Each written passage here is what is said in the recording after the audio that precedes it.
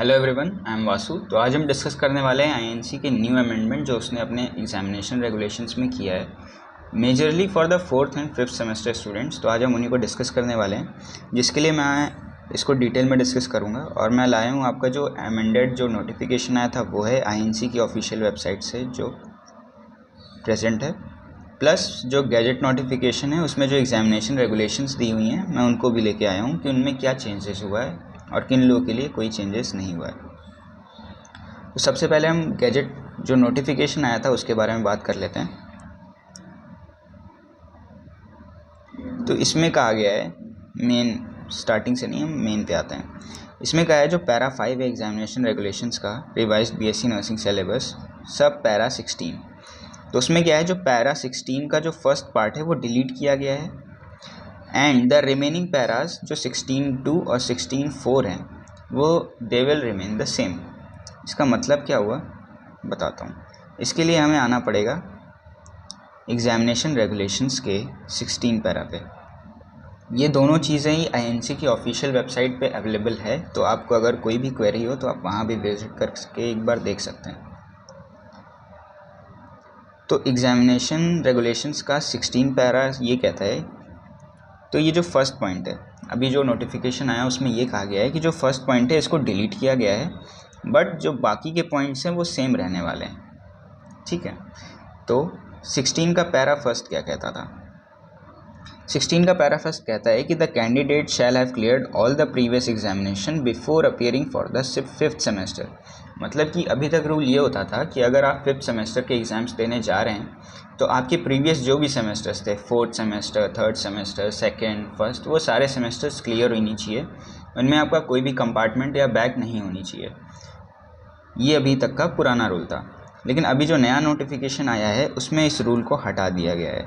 यानी कि अगर आपके प्रीवियस 4 सेमेस्टर्स में बैक है या कंपार्टमेंट है या क्लियर नहीं हुआ है, तब भी आप 5th सेमेस्टर के एग्ज़ाम्स के लिए अपीयर कर सकते हो।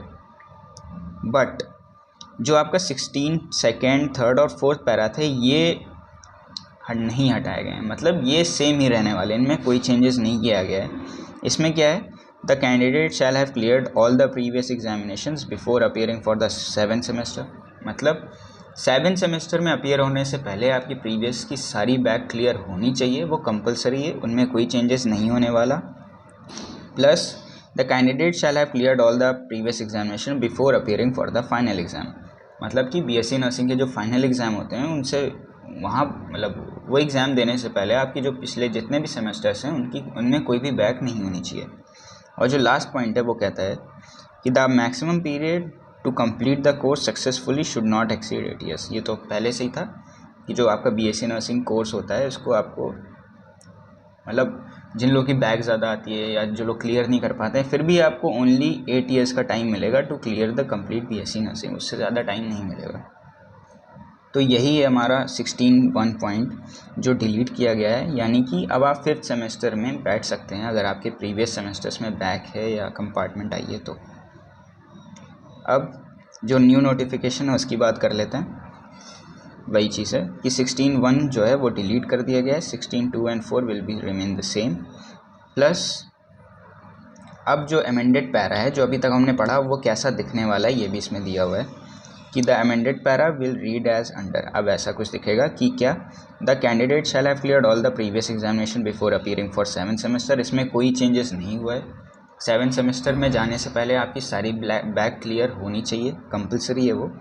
Plus candidate shall have cleared all the previous exam before appearing for final year.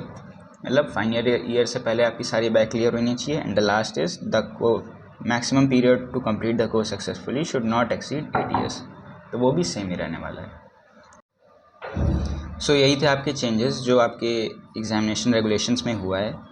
तो इसके अकॉर्डिंग बस मेजर चेंज यही आया है कि जो आपका 5th सेमेस्टर है उसमें बैठने से पहले आपकी जो प्रीवियस 4 सेमेस्टर्स हैं अगर वो क्लियर नहीं भी हैं तो आप 5th सेमेस्टर के लिए अप्लाई कर सकते हैं, एग्ज़ाम्स दे सकते हैं।